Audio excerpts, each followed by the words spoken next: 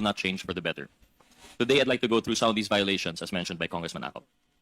The SDO has a sole mandate to disburse the CF, the confidential funds, and to prepare and submit... Ayan na, ito po ang trabaho ng SDO, yung dalawang mangmang na si Acosta at saka itong si Fajarda.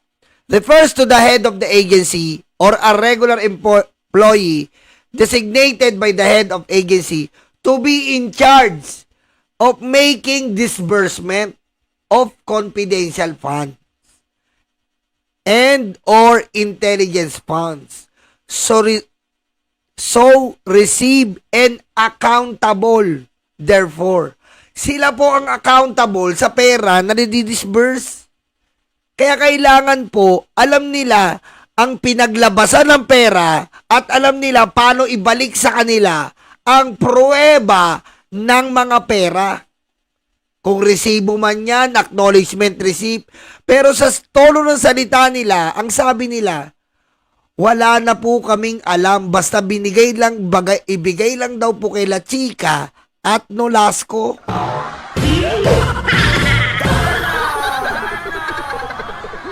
Kita mo katarantaduan ni Sara?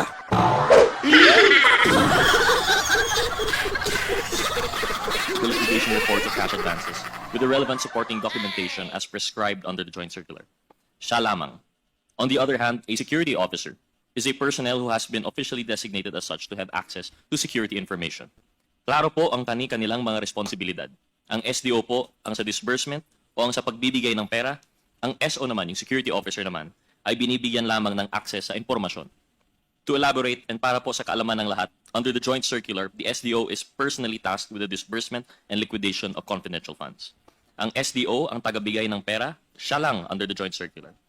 Natural lang po ito dahil ang SDO ang isa sa mga accountable officers or those public officers personally accountable when something goes wrong with respect to the utilization or disbursement of these confidential funds.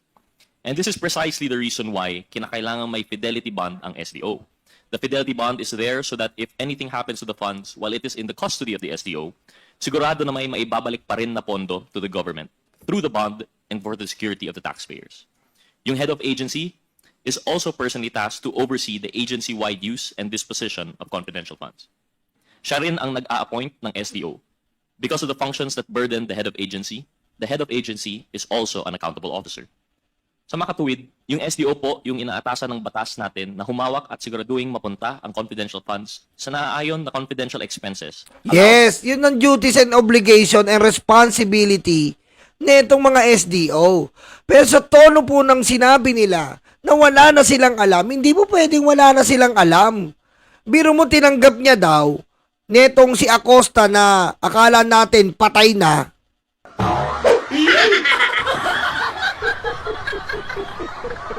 Biro mo tinanggap niya daw ang pera, accomplishment, receipt na ang binigay sa kanya. Kita mo kung gaano katanga tong SDO na to? Ba't mo kunin yung accomplishment? Gagawin pa lang yung confidential project. Diba? Gagawin pa lang yung confidential project, kawi-withdraw lang eh. Tapos kukunin niya daw kay La Chica, accomplishment report na. Kita mo ka bobo?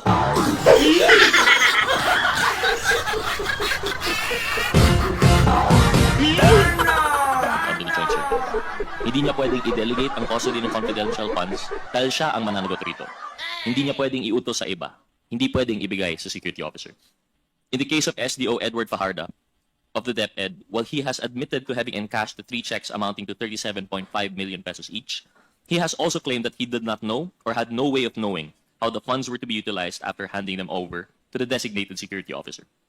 Mr. Fajarda stated that since it was Colonel Nolasco who is the expert in confidential operations, it was Colonel Nolasco who supposedly made the disbursements of the confidential funds in different localities. Ayan, sa DepEd naman, si Nolasco naman ang bata ni Sara. Oh, sa OBP, sila Chica, mga bata niya. Na from pagkalabas sa bangko, diretso sa dalawang to. Antindi. It begs the question, sino po ba ang totoong special dispersing officer? Kung ang nag-iisang taong pinag-disperse ng SDO ay si Colonel Loasco, kung pagka-encash ng cheque ay agara naman itong inaabot sa security officer. Tamo? Whatever happened to Mr. Fajardo being an accountable officer under the joint circular, kung wala siyang slightest idea kung saan napupunta o kanino ibinibigay ang confidential funds? Is his role in this entire process simply ministerial? We beg to disagree. Mr. Fajardo is not just a simple bagman that would withdraw the funds and turn over to the security officer. His role, as material as it is, carries with it discretion. Discretion to ensure the accuracy of the data in the liquidation reports and to be accountable for the disbursements from the cash advances of confidential funds. But Mr. Fajardo admitted that he merely relied on the documents evidencing payments submitted by the security officer. His failure to exercise the standard care and diligence required of and inherent in his function is the height of irresponsibility and is in clear violation of his mandate under the joint circular. At bakit po nangyari ito? Dahil ito raw ang sabi ng head of agency ng DepEd doon na si VP Sara na ibigay ang pera sa security officer. Same case po tayo with SDO Gina Acosta of the OVP. Ms. Acosta also admitted that the utilization and payment of the confidential funds involves her handing over the money to a security officer per the instruction of no less than head of the agency, Vice President Duterte. SDO Acosta also supposedly never knew where the security officer took or expended the confidential funds. She has only testified on the basis of the information supposedly fed to her, without certainty as to who are the actual recipients or payees of the confidential funds, whether they are even actual persons. In the past hearings, it has always been made to appear that Ms. Acosta for OVP and Mr. Fajardo for DepEd would have the most knowledge as the SDOs of the confidential funds. And we have always been made to believe that it would be the two of them who would be able to shed light on the discrepancies flagged by the COA and the other erroneous and false matters po na didiscover po namin through these hearings. Unfortunately, the SDOs themselves violated their own accountability, their own certifications in the liquidation report. With them disclaiming knowledge kung saan or kanino ba talaga pumunta ang bawat sentimo ng confidential funds, they violated a particular responsibility under item 4.15.1 of the joint circular, where they are supposed to certify at least two things: na sila ang accountable for the disbursements of confidential funds and that the expenses were incurred in connection with the agency's confidential activities. How can they faithfully attest to these kung binibigay lang din naman nila yung confidential funds sa ibang tao or empleyado? Basta mangako din sa kanya yung empleyado, halimbawa, nagagamitin yung pera pambayad sa informer or pang-conduct ng surveillance activities. Now let's move on to another reeling discovery na atin din pong na-uncover throughout the hearings. And this is with respect to the certifications issued by officers of the AFP, submitted by the DepEd to the COA in support of the DepEd's utilization of confidential funds for payment of rewards to informers. Matatandaang mahigit 15 million pesos of the confidential funds spending of the DepEd went to payment of reward to informers. This expense item has been flagged by the COA in view of the DepEd's failure to provide sufficient supporting documentation on the success. Ito pong 15 million, sinita po ng COA kasi po yung dokumentong piniresinta ay questionable. Another corruption!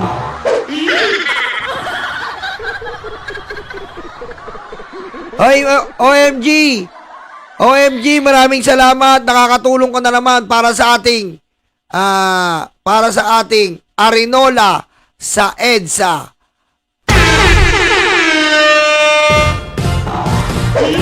Salamat, OMG. Nadadagdagan na po ang ating Arinola. Dadagdagan po natin ngayon ng 2 gardenia. Meron na, 2 gardenia na. Check ko lang yung asset ko, ha.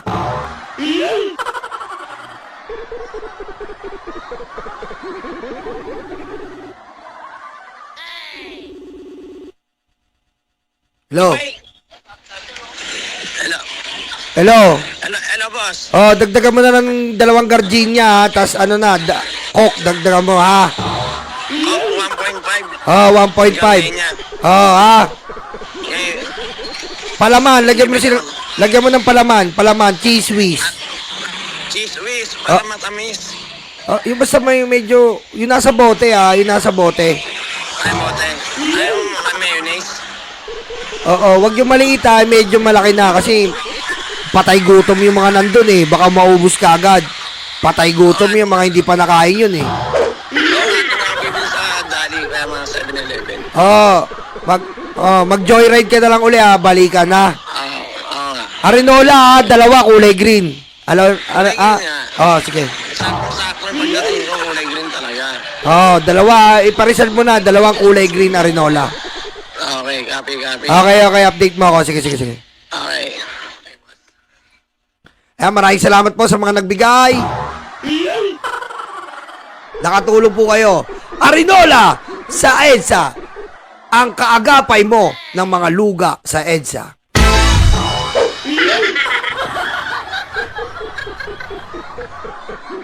Of the agency's own information gathering and surveillance activities. Para po ipaalala sa nakakarami, under the joint circular, one of the conditions that must be met in order for an agency or office to use confidential funds to pay rewards to informers is supporting documentation evidencing the success of the information gathering and or surveillance activities on account of the information provided by the informer.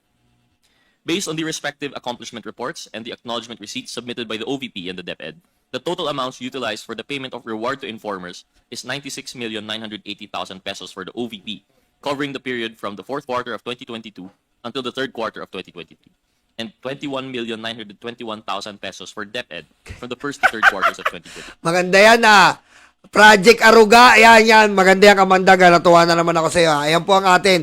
Arinola sa EDSA, Aruga. Nice. Ang ating Project Aruga. Tama.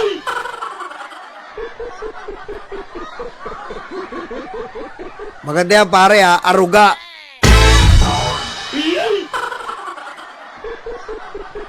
Arinola para sa mga luga.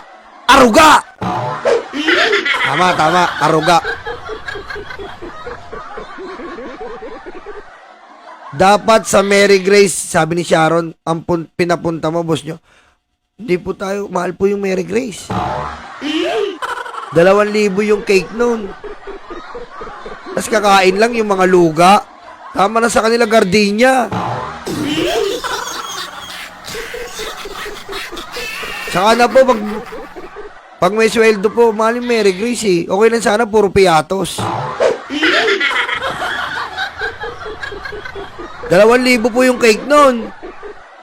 Bibilang ko sila ng toasted stars ni Bal, mahal nun.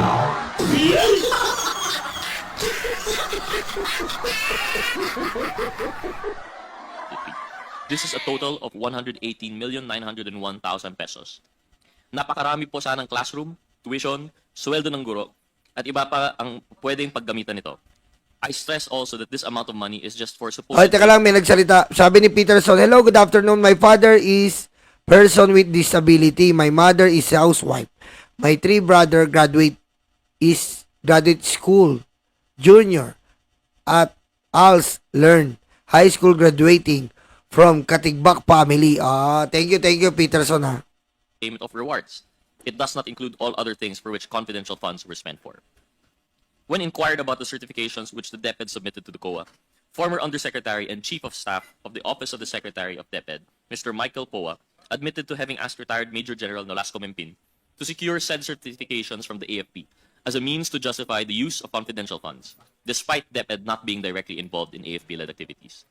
This was confirmed by former Education Undersecretary Major General Mempin, who stated on record that the DepEd... Ito yung Mempin, Powa sa buwatan. Ito po yung kinukwento na si Mempin ang kumuha ng mga peking mga certificate na libre naman po yung Youth Summit. Ginawa nila, chinarge nila yung Youth Summit pero libre naman. Si Powa po at si Mempin ang may trumabaho. Has not released any single centavo to the conduct of Youth Leadership Summits. The AFP officers themselves admitted that they did not receive any funding from the DepEd. Ayan Sarili-sariling agency po ang nag-participate dito. Ang gumagastos. Sa amin po, more on facilitation and security. Kami po ang gumagastos sa sarili naming mga tropa. Sabi ni Maranos Buransing II. Pero pinapalabas po ni Sara, meron pong 16 million na ginastos sila doon. Ginastusan daw nila ni Mempin tsaka ni Powa. Libre lang yung Youth Summit. Ang kapal ng muka. Were actually funded by the budget of the Philippine Army and from funds of participating local government units, as confirmed by Colonel Boransing. Lieutenant Colonel Panopio also supported Colonel Boransing's statements that they were not aware that certifications issued by them would be used to justify the DepEd's confidential funds spending for informants. We eventually came to know that these certifications issued by Army Civil Military Operations Staff Officers Colonel Boransing, Lieutenant Colonel Sangdaan Jr., and Colonel Oh, ito yung kinuha ni Mempi ng mga certificate. Oh. Ayan oh. Youth Leadership Summit and 49 activities for the Information Education Campaign, IEC. Ilocos Norte, Ilocos Sur, and La Union. Oh. The focus areas of this series of summit, symposia, were identified in close partnership with DepEd. Ayan pong pinapalabas nila in close partnership with DepEd para makuha nila yung 16 million. Kapal lang muka. Libre lang naman pala yung summit. At bukod pa doon, yung AFP mismo ang gumagastos para sa kanilang mga tropa. Pero si Sara, pinalabas nila na in partnership with DepEd, nagbigay daw sila ng 16 million. Kakapal-kapal-kapal lang mukha mo.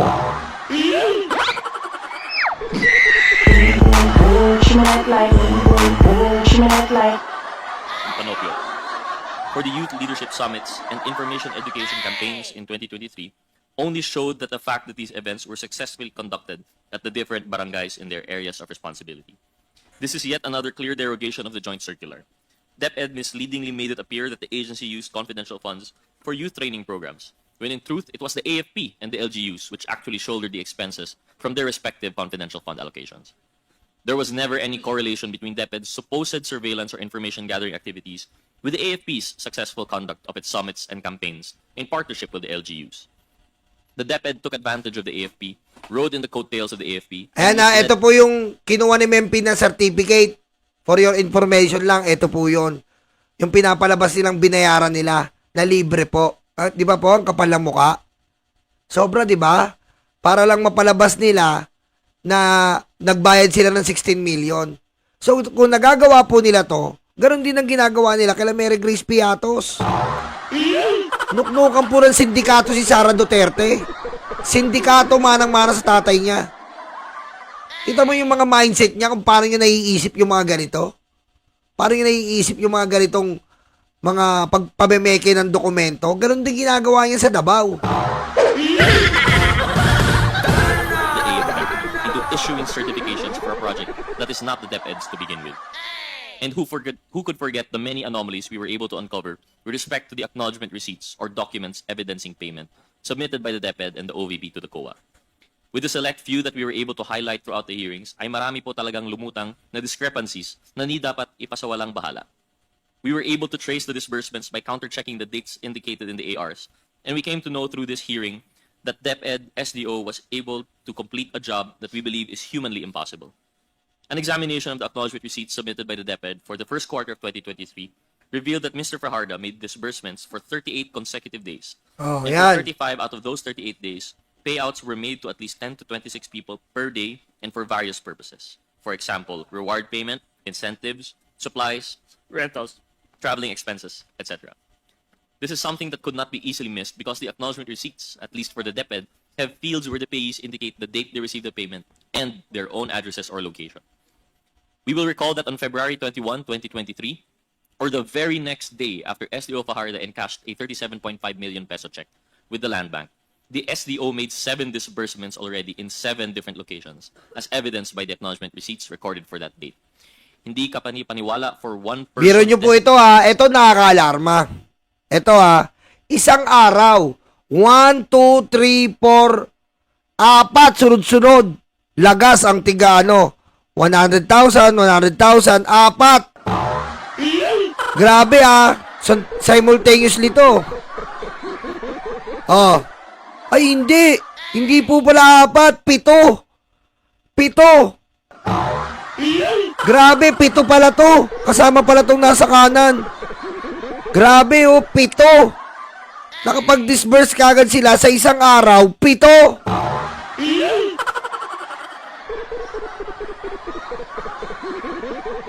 Designated as the SDO to have made disbursements in Malolos, Bulacan, Danao, Cebu, San Francisco, Agusan del Sur, Makati City, Negros Occidental, Negros Oriental, and Davao City. O, kita mo? Sa isang araw, nagawa nyo to lahat. Ang dami naman. Malolos, Davao, iba't ibang lugar pa. Amazing! in one day. Worse, we found other examples of DepEd acknowledgement receipts of the same date but varied widely in terms of the localities where the payments were made. Plotting these on the Philippine map, within a single day on March 15, 2023, Ayan ah. 24 po, in total of 24 disbursement across the Philippines. 24! Paano mo magagawa yun? for 26 disbursements which were made across 24 localities from Batanes to Davao del Sur, with total confidential expenses amounting to 1,870,000 pesos. On the 9th of March 2023, the DepEd, supposedly through its SDO, was able to make 20 disbursements over 18 Ito naman, nung March 9, 20 din, sabay-sabay sa isang araw. Ang lupet! all over the Philippines, with disbursements of confidential funds amounting to more than 1,400,000 pesos. And lastly, on February 25, 2023, there were 21 disbursements across 18 localities all over the country amounting to almost 1,400,000 pesos.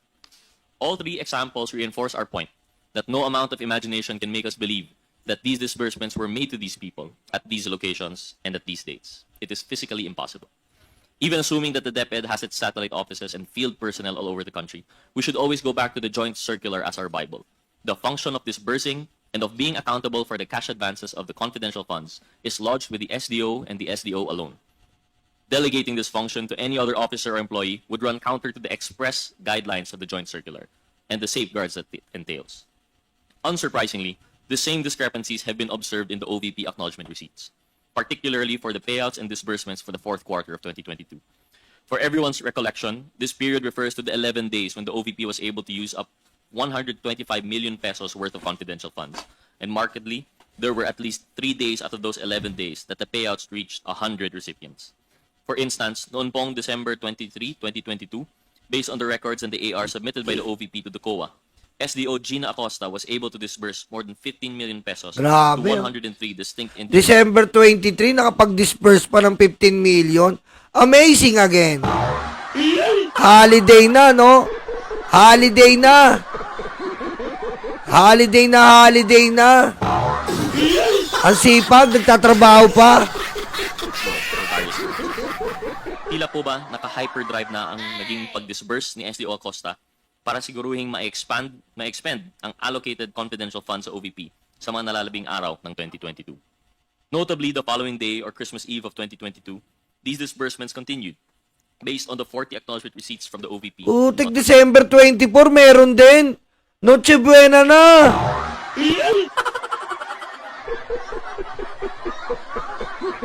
Noche Buena na, Sara, awat na. Noche Buena na to, December 24. Tayo na, gili, magsalo na tayo. Meron na tayong tinapay at keso. Di ba Noche Buena sa gabing ito? At bukas ay araw ng Pasko. Kurakot!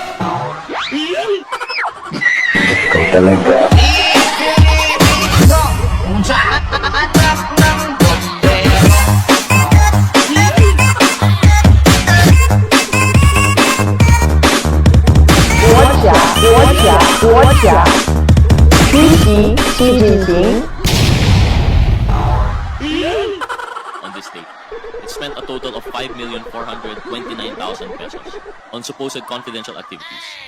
Grabe talaga itong OVP non-stop kahit magpapasko na. Oh, non-stop kayo, 5 million, December 24. Ano yan? Alokohan na to. Puta, December 24 na eh. Ay sigla ng gabi, ang lahat ay kisaya. Inutusan ni Sara ang tangang Acosta na maglabas 5 milyon para sa kurakot niya. Grabe na gili, kurakot BP nyo. Patay gutom to sa pera ng tao. Kahit Noche Buena, walang patawad to. Basta ang bulsa ay pumaldo. Basta ang bulsa ay pumaldo. Hi friends and not friends and not friends.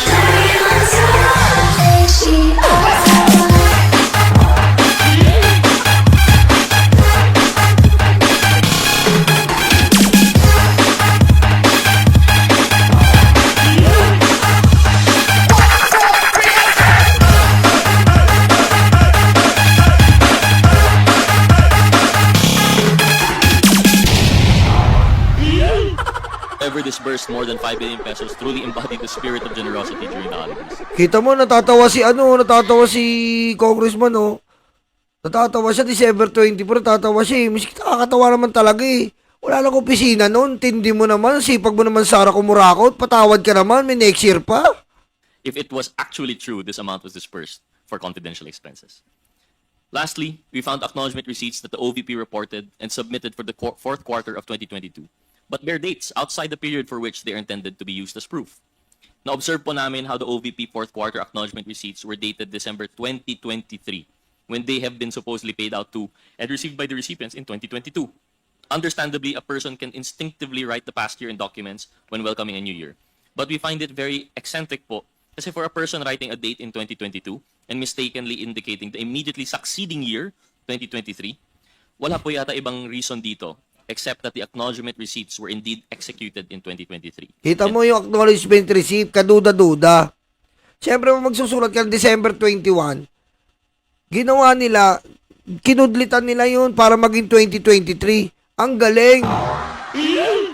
Biyasa talaga sa panduruga si Sara. Biyasa eh, oh.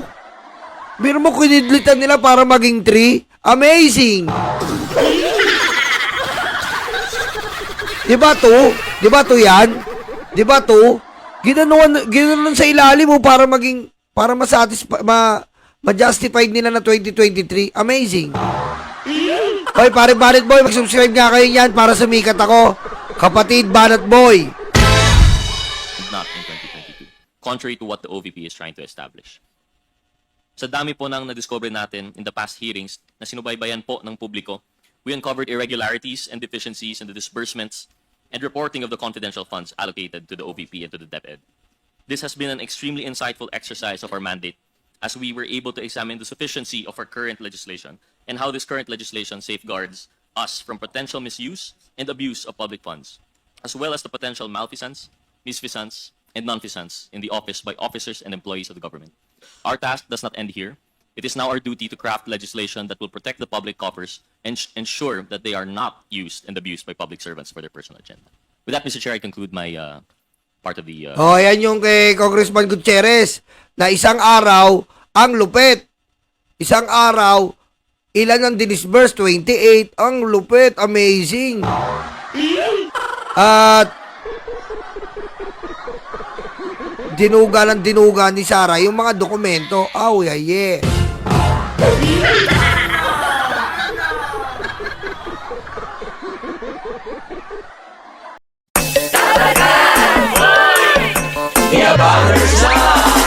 Handa na ba kayo mga Dabarkads? Eto na sila, The Bangers, sa pangunguna ni Tamski. Kamusta mga kababayan ko? Dapat lang malaman nyo, andito si Tamski, ang abang lingkod nyo na magbibigay at maghatid ng mga balitang solido at talagang para sa Pilipino. Hindi rin magpapahuli si Nyolo. Kamusta mga karayuma, Nyolo Bontit at your service. At siyempre, ang muse ng grupo, si Tita Missy. What's up mga libag? Naghilod na ba kayo? Ako nga pala ang inyong Tita Missy, ang impaktang reyna ng mga libag. Mawawala pa naman sa eksena ang VMB family. Kaya mga kalibag, tutok na. The Bangers.